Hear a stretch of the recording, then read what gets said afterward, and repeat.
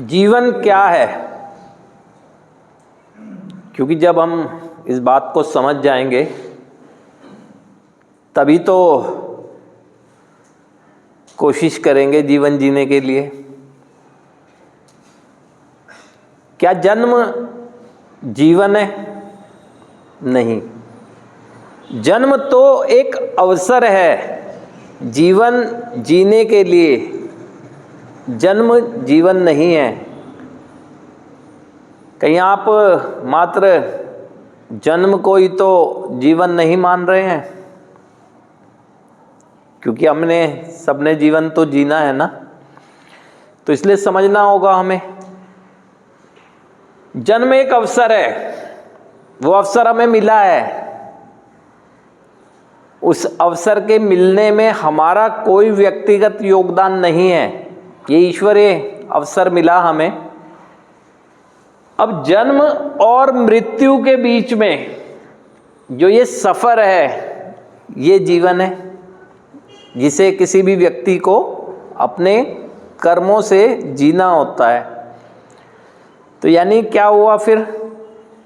जैसे कर्म वैसा जीवन। जीवन तो हमारे कर्मों का संग्रह है और कर्म के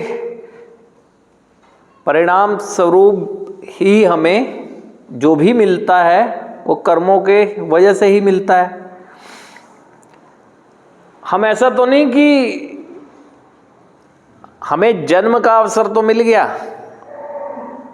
लेकिन जाने अनजाने में ही सही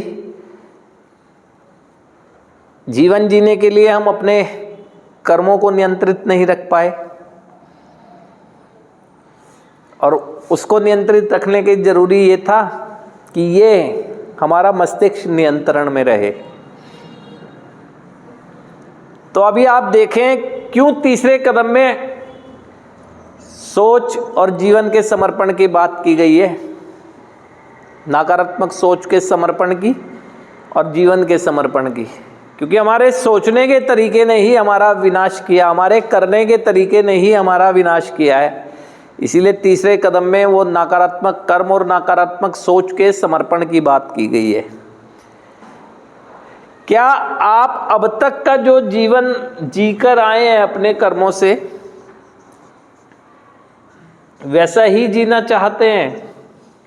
तो शायद नहीं चाहते हैं, क्योंकि चाहत तो हमारी हमेशा ही अच्छी रही है। वो बात अलग है कि हमारे कर्म अच्छे नहीं रहे। चाहत हमारी कभी भी ऐसी नहीं रही है कि उसे खराब कह दें, लेकिन कर्म ही अच्छे नहीं रहे। चाहत को पूरा करने के लिए हमें कर्म भी तो करने चाहिए। जो अब तक हो गया सो हो गया, जो बीत गया सो बीत गया, उसे बदल नहीं सकते। सीख तो सकते हैं उससे ना, उसे सीख सकते हैं हम। अभी भी संभव है उन सपनों को पूरा करना जो कभी हम अपने जीवन जीने के लिए सोचा करते थे, देखा करते थे। हमारे के परिवार के सदस्य हमारा उत्साह बढ़ा करते थे।